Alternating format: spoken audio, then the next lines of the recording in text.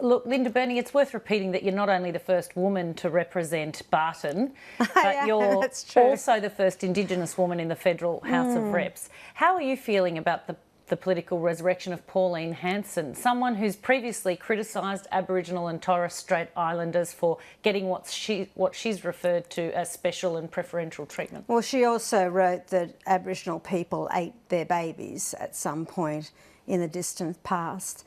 In her press conference yesterday, she said that we have been flooded by Asian migrants in the seat of Hurstville. I represent the seat of Hurstville. It is one of the most dynamic, wonderful suburbs that you could go to with the multicultural mix. And Pauline Hanson is speaking from a point of ignorance. You cannot excuse stupidity for ignorance, and that's what's being displayed.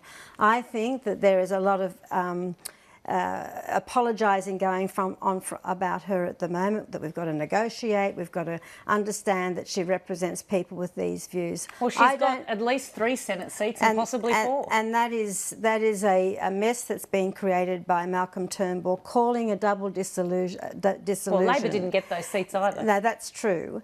But it doesn't mean that you have to accept those views or tolerate them, and I will not be doing that. Matt Canavan, you're a senator. How do you expect to get on with Pauline Hanson?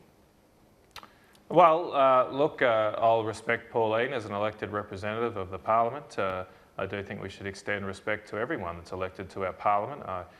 Linda spoke about regaining trust with people, but I don't think we do that by calling people who, implying that people who have voted for someone is stupid or incorrect. We need to understand the source of those complaints and get to the bottom of it. I mean, Pauline did rise 20 years ago, of course. And there's no excuse for racism, Matt. I'm sorry, there isn't.